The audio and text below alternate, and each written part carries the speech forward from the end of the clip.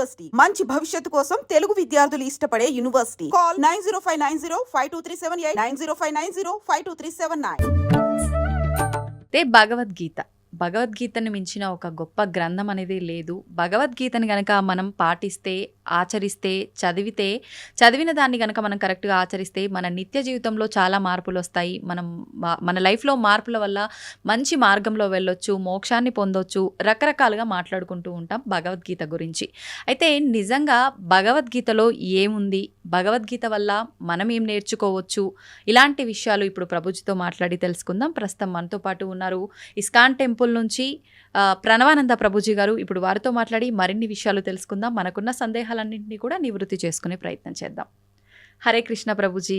హరే కృష్ణ ప్రభుజీ, కృష్ణుడి విషయానికి వస్తే కృష్ణం వందే జగద్గురు అనే ఒక మాట ఎక్కువగా వినిపిస్తూ ఉంటుంది. అసలు దీన్ని ఏ విధంగా అర్థం చేసుకోవాలంటారు? కృష్ణుడు జగద్గురువులు గీతాచార్యులై అయ్యారు. వేదేశ్చ సర్వేర్ అహమేవ వేద్యో అని అంటారు. భగవంతుడి దగ్గర నుంచి అంత జ్ఞానము కూడా స్వామి దగ్గర నుంచే వస్తుంది. జ్ఞానానందమయం దేవం నిర్మల స్ఫటికాకృతిం ఆధారం సర్వ విద్యానాం హయగ్రీవం ఉపాస్మహే అని అంటారు. భగవంతుడి దగ్గర నుంచే బ్రహ్మగారికి జ్ఞానం వచ్చినది. బ్రహ్మగారు ఆ జ్ఞానాన్ని అందరికీ అందించారు. కాబట్టి అన్ని పరంపరలు కూడా సాక్షాత్తుగా నారాయణ నుంచే ప్రారంభం అవుతాయి. నారాయణ సమారంభం అని అంటామన్నమాట.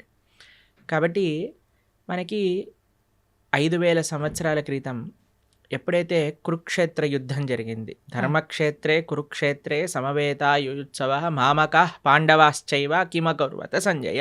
అంటే కృష్ణుడు ఒక యుద్ధ భూమిని ఎందుకు చూస్ చేసుకున్నారు అని కానీ మనం ప్రశ్నిస్తే చూడండి, ఎప్పుడైనా India Pakistan world cup final last ball 2 runs to win ఉన్నప్పుడు ఎవరు ఏ పని చేస్తున్న వాళ్ళైనా సరే, క్రికెట్ ఇష్టం ఉన్న వాళ్ళైనా సరే, లేని వాళ్ళైనా సరే అందరూ వచ్చి చూస్తారు ఏమవుతుంది ఇప్పుడు. అవునా కాదా చెప్పండి? అవును ప్రభుజీ, కరెక్ట్.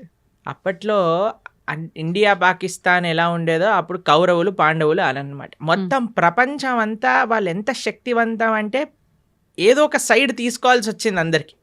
ఐదర్ కౌరవుల సైడ్ కానీ పాండవుల సైడ్. మొత్తం అన్ని కెమెరాలు, ఫోకస్ లైట్లు అన్ని కురుక్షేత్రం పైనే ఉందన్నమాట. కృష్ణుడు అనుకున్నా ఇది కరెక్ట్ టైం చెప్పడానికి, గీతోపదేశం చేయడానికి, ఎందుకంటే ఫోకస్ అంతా ఒక దగ్గరకు వచ్చింది కాబట్టి. అప్పుడు గీతాచార్యుడై శ్రీకృష్ణుడు అర్జునుడి యొక్క మాధ్యమంగా ప్రపంచానికి మొత్తం గీతను ఉపదేశం చేశాడు. అంటే అక్కడ అర్జునుడితో పాటు అందరూ కూడా విన్నారా? అందరూ వినలేదు, కానీ అర్జునుడి యొక్క మాధ్యమంగా అంటే అర్జునుడికి చెప్తూ ఇప్పుడు ప్రపంచం అంతా తెలిసిపోయింది కదా. అవును ప్రభుజీ. కాబట్టి అర్జునుడిని మైక్ లాగా మాధ్యమం చేసుకున్నాడు. ప్రపంచం మొత్తం కూడా గీతను ఉపదేశం చేశాడు పరమాత్మ. అంటే ఎందుకు జగద్గురువు అంటారంటే భగవద్గీత సనాతన ధర్మానికి ఒక ఫౌండేషన్ బుక్ అన్నమాట. సనాతన ధర్మం యొక్క సిద్ధాంతాలన్నీ కూడా భగవద్గీత ప్రస్తావన చేసింది, ప్రతిపాదన చేసింది. అందుకే ఆచార్యులందరూ కూడా గీత పైన భాష్యాన్ని రచించారు. కాబట్టి ఇప్పుడు చూడండి, మీకు ఒక విషయం చెప్తాను. మీరు ఒక న్యూస్ పేపర్ ఇచ్చారనుకోండి, మీరు ఈ న్యూస్ పేపర్ చదవండి అని చూస్తారు. మీరు ఇది నిన్న న్యూస్ పేపర్ పక్కన పెట్టేస్తారు. అవునా? మీకు ఒక డైరీ ఇచ్చారనుకోండి, ఇప్పుడు 2025 వస్తుంది, మీరు చూసారనుకోండి, అరే ఇది 2023, ఇది ఏమంటారు మీరు సామాన్లు లిస్ట్ రాసుకోవడానికి, తర్వాత ఐరన్ ఎన్ని ఇచ్చారు అని రాసుకోవడానికి యూజ్ చేస్తారు. ఎందుకంటే 2023 డైరీ 2025లో పనిచేయదు. కరెక్ట్ ప్రభుజీ. కానీ మీరు చూడండి, భగవద్గీత 5000 సంవత్సరాలు అయినది, కానీ ఇప్పటికీ అందరూ అధ్యయనం చేస్తున్నారు భగవద్గీతని.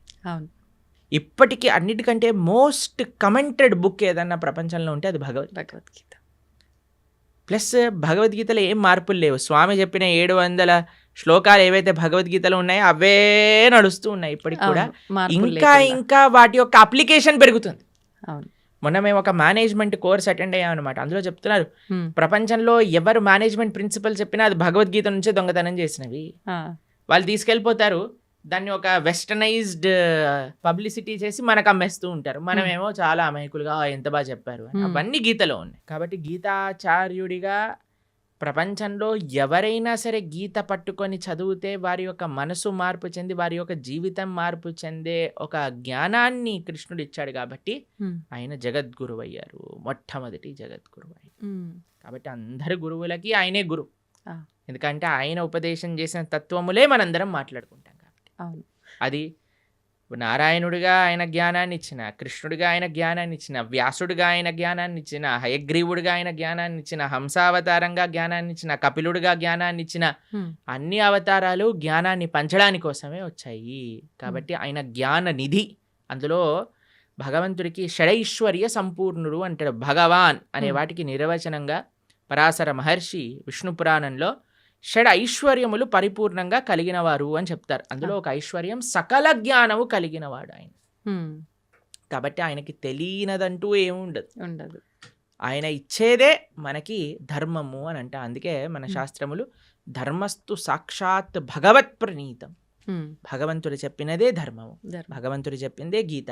ఆ గీత ఎక్కడ ప్రపంచంలో ఎవరు అధ్యయనం చేసి పాలించినా సరే వాళ్ళు సుఖ సంతోషాలతో ఉంటారు.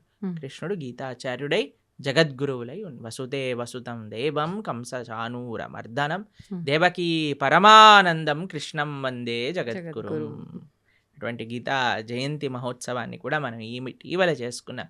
ఈ నెల రోజులన్నీ మార్గశీర్ష మాసం అంతా చాలా ముఖ్యమైనది. ఎందుకో తెలుసా అండి, కృష్ణుడు గీతలో చెప్పారు ఒక విషయాన్ని, మాసానాం మార్గశీర్షోహం అని అన్నారనమాట కృష్ణుడు. కాబట్టి ఈ మార్గశీర్ష మాసం అంతా కూడా గీతను అధ్యయనం చేయటం, గీతని వినటం. మన ప్రణవానంద దాస్ అనే ఛానల్ ఉంటుంది యూట్యూబ్లో, అందులో మనకి ప్లేలిస్ట్లో ఒకసారి మనం 18 అధ్యాయాలకి 18 గంటలు మనం ప్రవచనం అని చెప్పామన్నమాట. అది వినడానికి ప్రయత్నం చేస్తే మనకి గీత ఏం చెప్పాలనుకుంటుంది అనే విషయాలు మొత్తం కూడా మనకు అర్థమవుతాయి.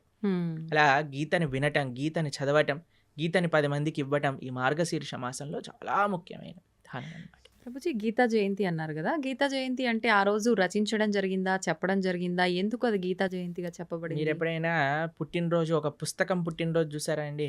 కేవలం ఒకటే పుస్తకం పుట్టినరోజు ఈ ప్రపంచంలో ఉంటుంది, అది గీతా జయంతి. అంటే పుట్టినరోజు చేస్తున్నామంటే ఆ పుస్తకం ఎంత గొప్పదో అర్థం చేసుకోండి. అయితే గీతా జయంతి యొక్క విశేషత ఏంటి అని అంటే, గీత ఆ రోజు శ్రీకృష్ణుడు ఉపదేశం చేశారు అని ఒక విషయం చెప్తారు. ఓకే. లేదు, అమావాస్య రోజు ఉపదేశం చేశారు, సంజయుడు దాన్ని ప్రతిపాదన చేశారు ధృతరాష్ట్రుడికి, అది ఏకాదశి రోజు అని కూడా విషయం చెప్తారు. కానీ గీత ప్రకాశితమైన రోజు ఇది మనం తెలుసుకోవాలి. అర్జునుడికి కృష్ణుడు ఉపదేశం చేసిన రోజు గీతా జయంతి. అసలు రచించింది ఎవరు ప్రభుజీ గీతని? కృష్ణుడు చెప్పాడు, వ్యాసుడు రచించాడు. అంటే విన్నది అర్జునుడు కదా, మళ్ళీ అంటే వ్యాస భగవానుడికి ఇప్పుడు వ్యాస భగవానుడి యొక్క శిష్యుడు సంజయుడు. సంజయుడికి ఒక వరం ఇస్తాడనమాట వేదవ్యాసుడు.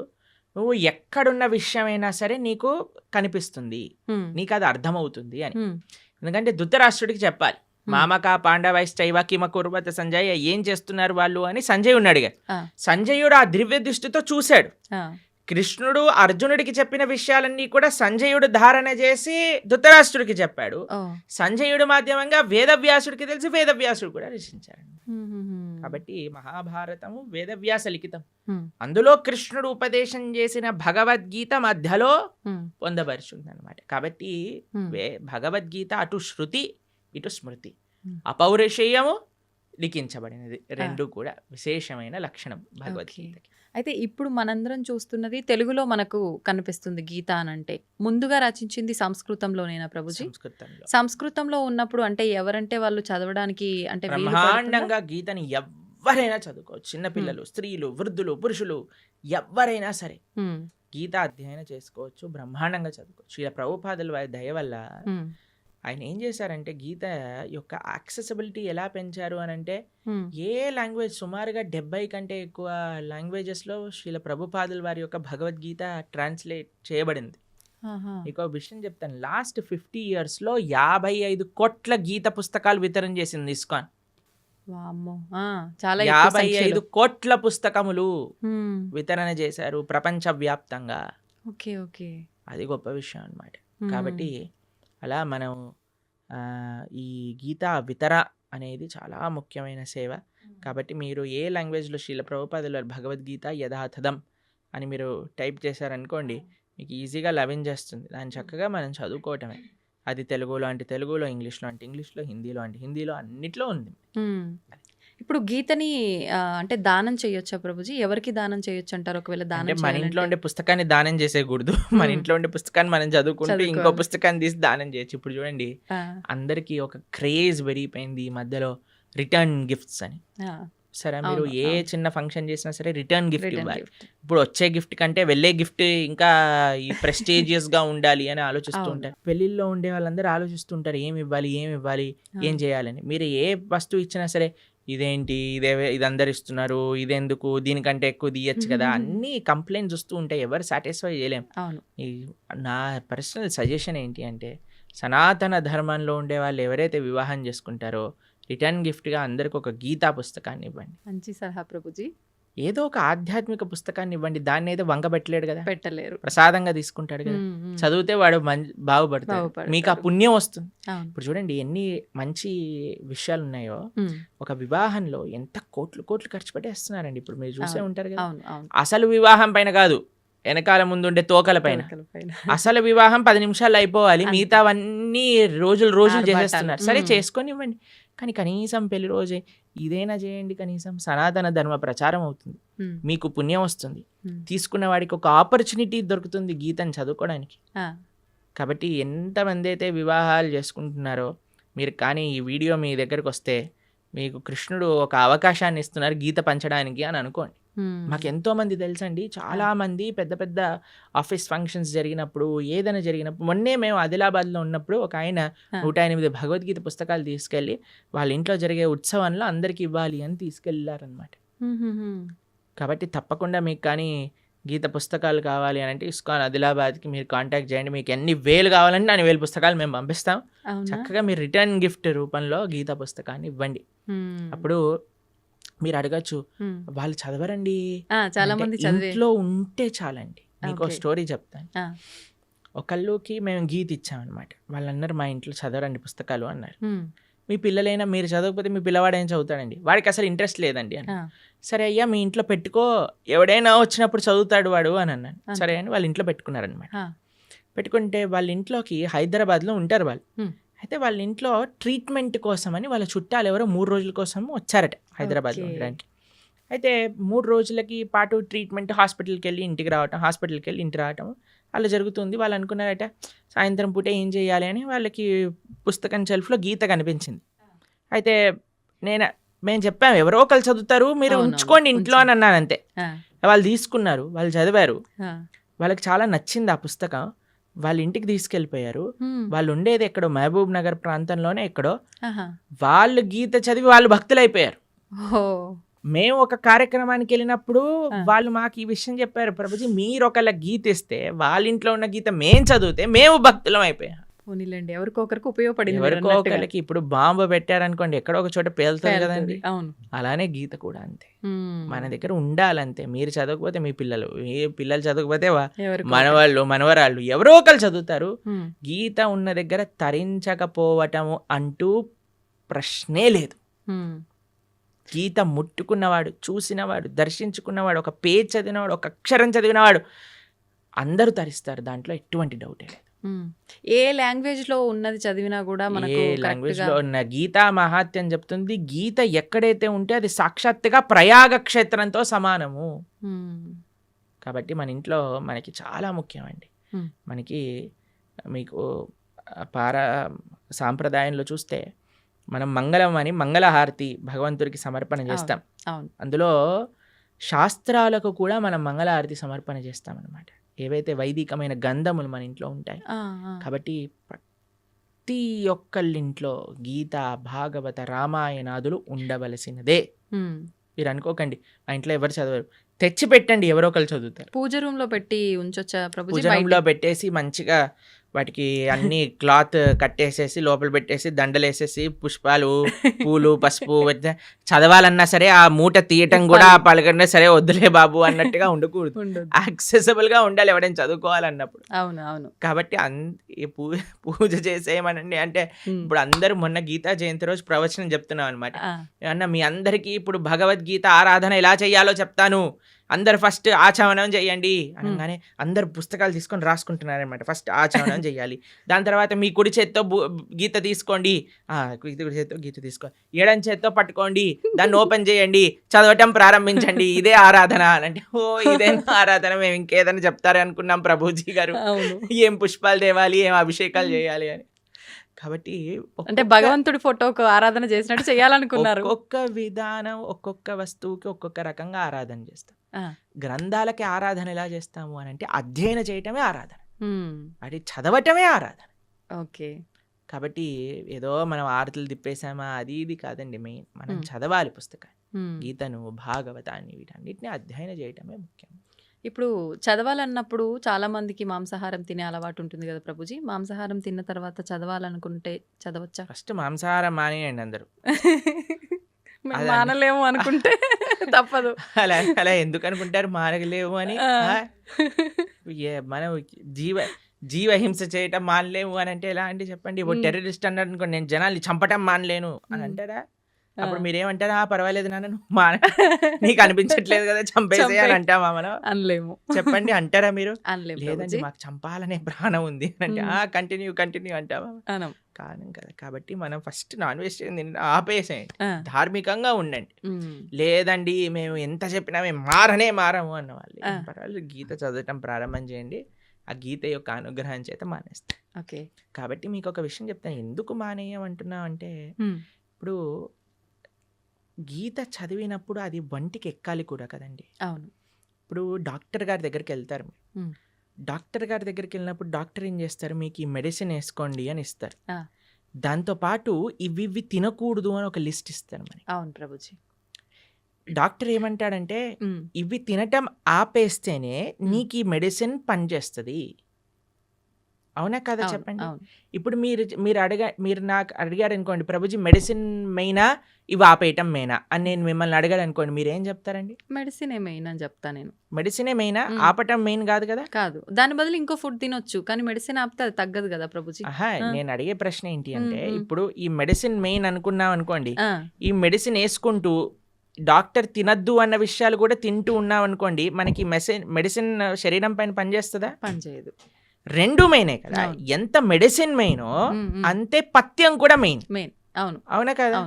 అలానే ఎంత మనం గీత చదవటం ముఖ్యమో అంతగా ఏవైతే గీత వద్దు అని అంటుందో వాటిని దూరంగా పెట్టడం కూడా ముఖ్యమే. మనం ఎప్పుడైతే మాంసాహారం, మద్యం, మాదక ద్రవ్యాలు, జూదం ఇవ్వ ఆపటం వల్ల ఏమవుతుంది అంటే, మెడిసిన్ ఏదైతే మనం తీసుకుంటున్నా, గీత అధ్యయనం చేస్తున్నామో, జపం చేస్తున్నామో, పూజ చేస్తున్నామో, ఆరాధన చేస్తున్నామో, అది మనకి వంటికి ఎక్కుతుంది. మనకి ఏంటి తత్వము అని అర్థం అవుతుంది, లేకపోతే అర్థం కాదు. ఎందుకంటే ఈ డీపర్ స్పిరిచువల్ సైన్సెస్ అర్థం చేసుకోవాలంటే మనం సత్వగుణంలోకి రావాలి. సత్వగుణం అంటే ఎటువంటి జీవహింస, ప్రాణిహింస, స్వయం హింస. ఇప్పుడు చూడండి, మాంసాహారం తినడం అంటే వేరే వాడిని హింసించడం. మాదక ద్రవ్యాలు, సిగరెట్, మందు, ఇప్పుడు చూడండి, ఇది శాస్త్రం వరకు చెప్పాల్సిన అవసరం లేదండి, సిగరెట్ డబ్బా పైనే చూపిస్తుంది స్మోకింగ్ కాజెస్ క్యాన్సర్ అని. మీరు సినిమాలలో ఒక చిన్న మందు బాటిల్ చూపించారంటే పక్కన smoking and drinking is dangerous to health అని అంటారు. అవును ప్రభుజీ. ఒకటి, మీరు వేరే వాళ్ళనైనా హింసిస్తున్నారు, మీ శరీరాన్ని మీరు స్వయంగానే హింస పెట్టుకుంటున్నారు. ఎక్కడైతే హింస ఉన్నదో అక్కడ ధర్మం ఉండలేదు. మొన్న మేము ఒక విషయంలో చెప్తున్నాం అనమాట, హిందూ అంటే అర్థమే హింసకి ఎంతో దూరంగా ఉండేవాడే హిందువు. అది హిందూ యొక్క అర్థం. కాబట్టి మాంసాహారం తిని గీత చదవచ్చా అని అంటే, ఫస్ట్ మాంసాహారం మంజేయండి. ఇప్పుడు ధనుర్మాసం వస్తుంది, తర్వాత కొత్త సంవత్సరం వస్తుంది, ఒక సంకల్పం తీసుకోండి.